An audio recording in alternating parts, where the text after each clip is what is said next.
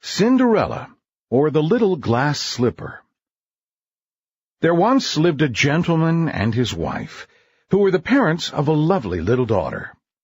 When this child was only 9 years of age, her mother fell sick. Finding her death coming on, she called her child to her, and said to her, "My child, always be good. Bear everything that comes to you with patience, and whatever evil and troubles you may suffer, you will be happy in the end if you are so." Then the poor lady died, and her daughter was full of great grief at the loss of a mother so good and kind. The father, too, was unhappy, but he sought to get rid of his sorrow by marrying another wife, and he looked out for some prudent lady who might be a second mother to his child, and a companion to himself.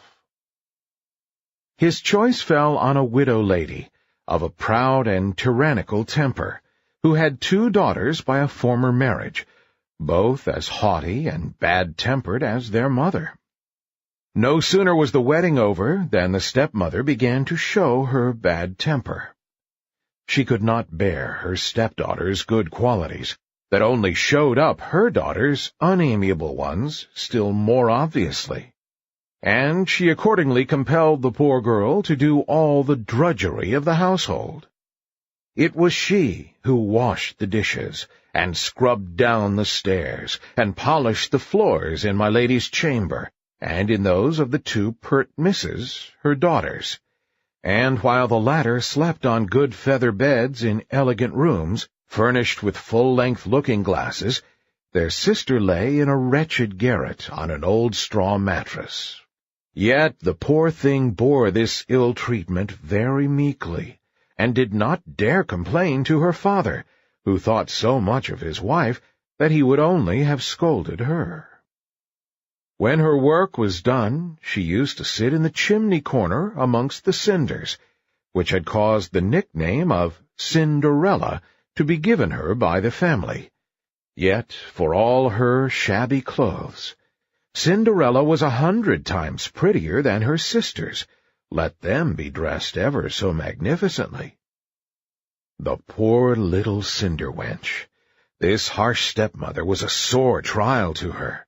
And how often, as she sat sadly by herself, did she feel that there is no mother like our own, the dear parent whose flesh and blood we are, and who bears all our little cares and sorrows tenderly, as in the apple of her eye. It happened that the king's son gave a ball, to which he invited all the nobility, and as our 2 young ladies made a great figure in the world, they were included in the list of invitations. So they began to be very busy choosing what headdress and which gown would be the most becoming.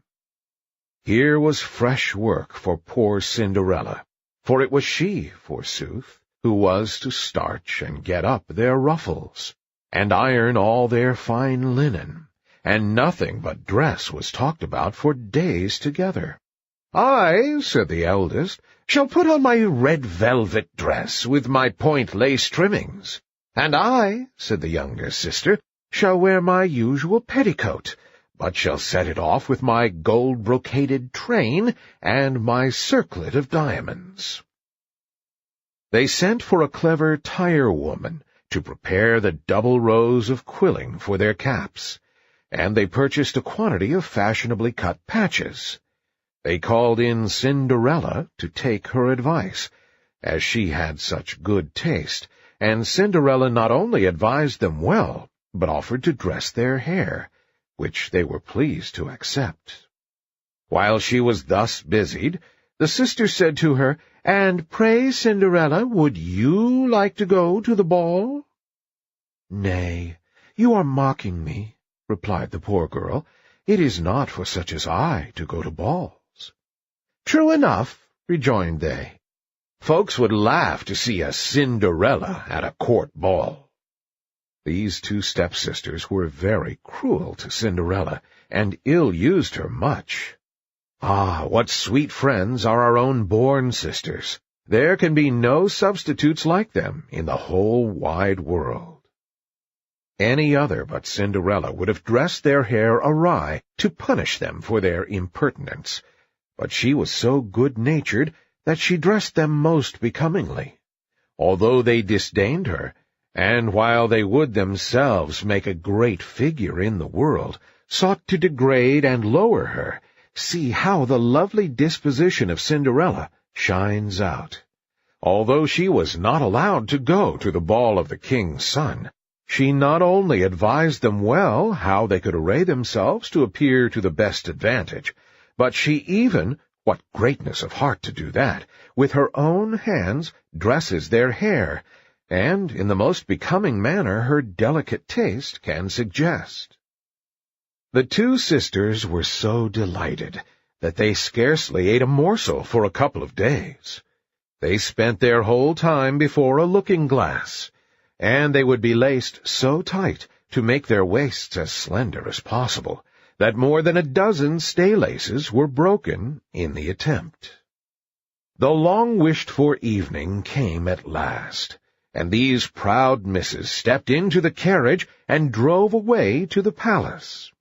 Cinderella looked after the coach as far as she could see, and then returned to the kitchen in tears, where for the first time she bewailed her hard and cruel degradation. She continued sobbing in the corner of the chimney, until a rapping at the kitchen door roused her, and she got up to see what had occasioned it. She found a little old beggar-woman hobbling on crutches, who besought her to give her some food. "I have only part of my own supper for you, Goody, which is no better than a dry crust. But if you like to step in and warm yourself, you can do so, and welcome." "Thank you, my dear," said the old woman in a feeble, croaking voice.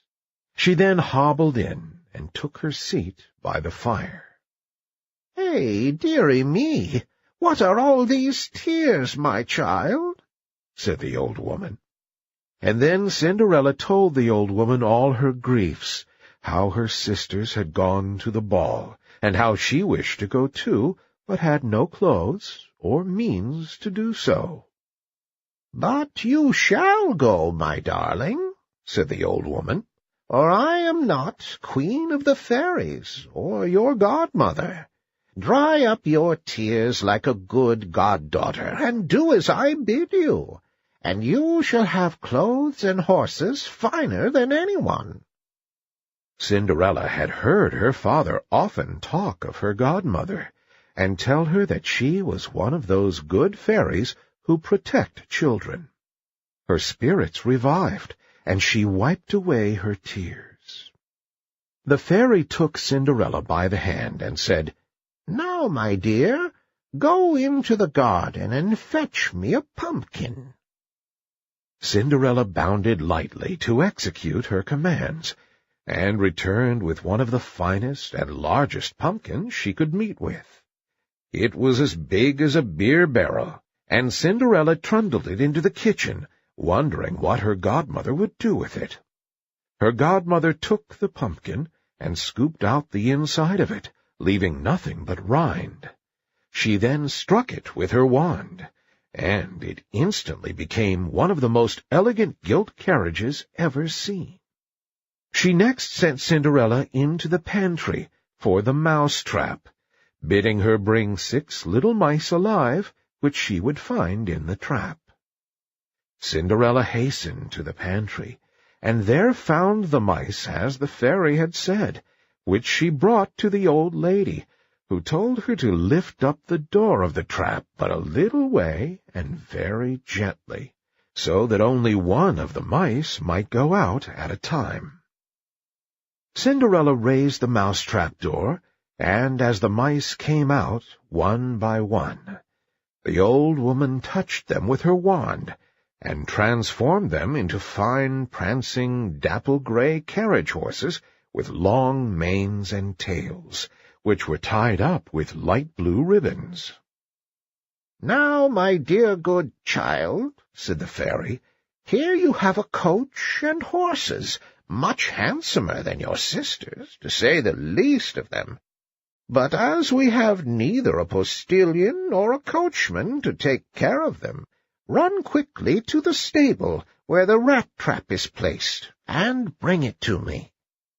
Cinderella was full of joy, and did not lose a moment, and soon returned with the trap, in which there were 2 fine large rats. These 2 were touched with the wand, and immediately the one was changed into a smart postillion, and the other into a jolly-looking coachman in full finery. Her godmother then said, "My dear Cinderella, you must go to the garden again before I can complete your equipage. When you get there, keep to the right side, and close to the wall you will see the watering pot standing. Look behind it, and there you will find 6 lizards, which you must bring to me immediately." Cinderella hastened to the garden as she was desired, and found the 6 lizards, which she put into her apron and brought to the fairy.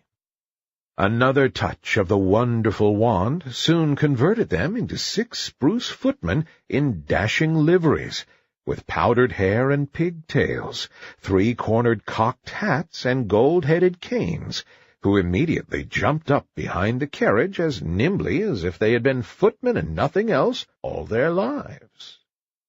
The coachman and postillion having likewise taken their places, the fairy said to Cinderella, "Well, my dear girl, is not this as fine an equipage as you could desire to go to the ball with? Tell me now, are you pleased with it?" "Oh, yes, dear godmother," replied Cinderella, and then with a good deal of hesitation added, "But how can I make my appearance among so many finely dressed people in these mean-looking clothes?" "Give yourself no uneasiness about that, my dear. The most laborious part of our task is already accomplished, and it will be hard if I cannot make your dress correspond with your coach and servants." On saying this, the old woman, assuming her character of Queen of the Fairies, touched Cinderella with the magic wand, and her clothes were instantly changed into a most magnificent ball dress, ornamented with the most costly jewels. The fairy took from her pocket a beautiful pair of elastic glass slippers, which she caused Cinderella to put on, and then desired her to get into the carriage with all expedition, as the ball had already commenced. 2 footmen opened the carriage door, and assisted the now beautifully dressed Cinderella into it. Her godmother, before she took leave, strictly charged her, on no account whatever, to stay at the ball after the clock had struck 12, and then added that if she stopped but a single moment beyond that time, her fine coach, horses, coachman, postillion, and footmen, and fine apparel, would all return to their original shapes of pumpkin, mice, rats, lizards, and mean-looking clothes. Cinderella promised faithfully to attend to everything that the fairy had mentioned, and then, quite overjoyed, gave the direction to the footman, who bawled out in a loud and commanding tone to the coachman, "To the royal palace!" The coachman touched his prancing horses lightly with his whip, and swiftly the carriage started off, and in a short time reached the palace. The arrival of so splendid an equipage as Cinderella's could not fail to attract general notice at the palace gates, and as it drove up to the marble portico, the servants in great numbers came out to see it. Information was quickly taken to the king's son that a beautiful young lady, evidently some princess, was in waiting. His Royal Highness hastened to the door, welcomed Cinderella, and handed her out of the carriage. He then led her gracefully into the ballroom, and introduced her to his father, the king. The moment she appeared, all conversation was hushed. The violins ceased playing, and the dancing stopped short, so great was the sensation produced by the stranger's beauty. A confused murmur of admiration fluttered through the crowd, and each was fain to exclaim, "How surpassingly lovely she is!" The ladies were all busy examining her headdress and her clothes, in order to get similar ones the very next day, if indeed they could meet with stuffs of such rich patterns, and find workwomen clever enough to make them up. What a lovely creature! So fair, so beautiful! What a handsome figure! How elegantly she is dressed! Even the prince's father, old as he was, could not behold her with indifference, but wiped his eyeglass, and used it very much, and said very often to the queen that he had never seen so sweet a being. The king's son handed Cinderella to one of the most distinguished seats on the dais at the top of the hall, and begged she would allow him to hand her some refreshments. Cinderella received them with great grace. When this was over, the prince requested to have the honor of dancing with her. Cinderella smiled consent, and the delighted prince immediately led her out to the head of the dance, just about to commence. The eyes of the whole company were fixed upon the beautiful pair. The trumpet sounded, and the music struck up, and the dance commenced. But if Cinderella's beauty, elegant figure, and the splendor of her dress had before drawn the attention of the whole room, the astonishment at her dancing was still greater. Gracefulness seemed to play in all her motions. The airy lightness with which she floated along, as buoyant as thistledown, drew forth a general murmur of admiration. The hall rang with the loudest acclamations of applause, and the company, all in one voice, pronounced her the most elegant creature that had ever been seen. And this was the little girl who had passed a great part of her life in the kitchen, and had always been called a cinder wench. When the dance was ended, a magnificent feast was served up, consisting of all delicacies. So much was the young prince engaged with Cinderella that he did not eat one morsel of the supper. Cinderella drew near her sisters, and frequently spoke to them, and in her goodness of heart she offered them the delicacies which she had received from the prince. But they did not know she was their sister. When Cinderella heard the clock strike 11:15, she made a low courtesy to the whole assembly, and retired in haste. You see how fortune befriends the good-hearted, and even out of such unpromising material as a pumpkin and mice can make a coach and six with which to honor her worthy favorite. So Cinderella goes to the ball. But to teach her to be diligent and faithful in her engagements, her fairy godmother enjoins upon her that she return home at 12. Native beauty and grace attract the princely heart, and while the king's son pays no heed to her pretentious sisters, he is all grace and condescension to little Cinderella. Obedient to her engagement with her godmother, she returns in all the splendor and honor of the coach and six. On returning home, she found her godmother, and after thanking her for the treat she had enjoyed, she ventured to express a wish to return to the ball on the following evening, as the prince had requested her to do. She was still relating to her godmother all that had happened at court, when her two sisters knocked at the door. Cinderella went and let them in, pretending to yawn and stretch herself and rub her eyes, and saying, "How late you are," just as if she was waked up out of a nap, though, truth to say, she had never felt less disposed to sleep in her life. "If you had been to the ball," said one of the sisters, "you would not have thought it late. There came the most beautiful princess ever seen, who loaded us with polite attentions, and gave us oranges and citrons." Cinderella could scarcely contain her delight, and inquired the name of the princess. But they replied that nobody knew her name, and that the king's son was in great trouble about her, and would give the world to know who she could be. "Is she, then, so very beautiful?" said Cinderella, smiling. "Oh, my! How I should like to see her!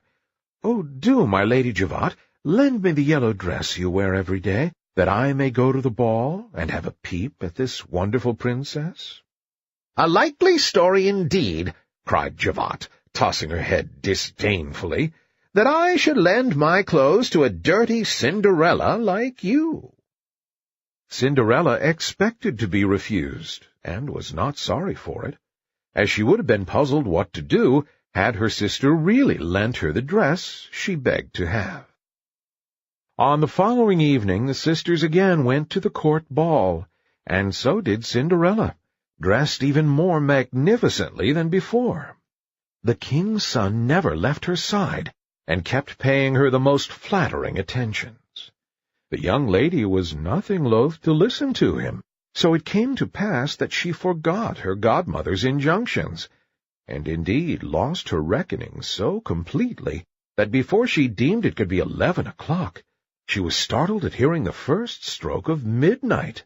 She rose hastily and flew away like a startled fawn. The prince attempted to follow her, but she was too swift for him. Only as she flew, she dropped one of her glass slippers, which he picked up very eagerly. Cinderella reached home quite out of breath, without either coach or footman, and with only her shabby clothes on her back. Nothing, in short, remained of her recent magnificence, save a little glass slipper, the fellow to the one she had lost. The sentinels at the palace gate were closely questioned as to whether they had not seen a princess coming out, but they answered they had seen no one except a shabbily dressed girl who appeared to be a peasant rather than a young lady. On this second night, as you have taken notice, dazzled by worldly show and the pleasing flattery of her royal lover, Cinderella overstays her time, and is compelled to make her way back to her father's house on foot and in rags. An everlasting lesson to all the pretty little Cinderellas in the world to keep their word, and to act in good faith by such as befriend them. Never mind, her heart is in the right place. She is a charming good creature, and although virtue goes home in rags, it will leave some token behind, some footprint by which it can be known and traced wherever it has once walked. We shall hear from that little lost glass slipper again. When the two sisters returned from the ball, Cinderella asked them whether they had been well entertained, and whether the beautiful lady was there. They replied that she was, but that she had run away as soon as midnight had struck, and so quickly as to drop one of her dainty glass slippers, which the king's son had picked up, and was looking at most fondly during the remainder of the ball. Indeed, it seemed beyond a doubt that he was deeply enamored of the beautiful creature to whom it belonged. They spoke truly enough, for a few days afterwards the king's son caused a proclamation to be made, by sound of trumpet all over the kingdom, to the effect that he would marry her whose foot should be found to fit the slipper exactly. So the slipper was first tried on by all the princesses, then by all the duchesses, and next by all the persons belonging to the court, but in vain. It was then carried to the two sisters, who tried with all their might to force their feet into its delicate proportions, but with no better success. Cinderella, who was present and recognized her slipper, now laughed and said, "Suppose I were to try." Her sisters ridiculed such an idea, but the gentleman who was appointed to it was but fair she should do so, as he had orders to try it on every young maiden in the kingdom. Accordingly, having requested Cinderella to sit down, she no sooner put her little foot to the slipper than she drew it on, and it fitted like wax. The sisters were quite amazed, But their astonishment increased tenfold when Cinderella drew the fellow slipper out of her pocket and put it on. Her godmother then made her appearance, and having touched Cinderella's clothes with her wand, made them still more magnificent than those she had previously worn. Her two sisters now recognized her for the beautiful stranger they had seen at the ball, and falling at her feet, implored her forgiveness for their unworthy treatment, and all the insults they had heaped upon her head.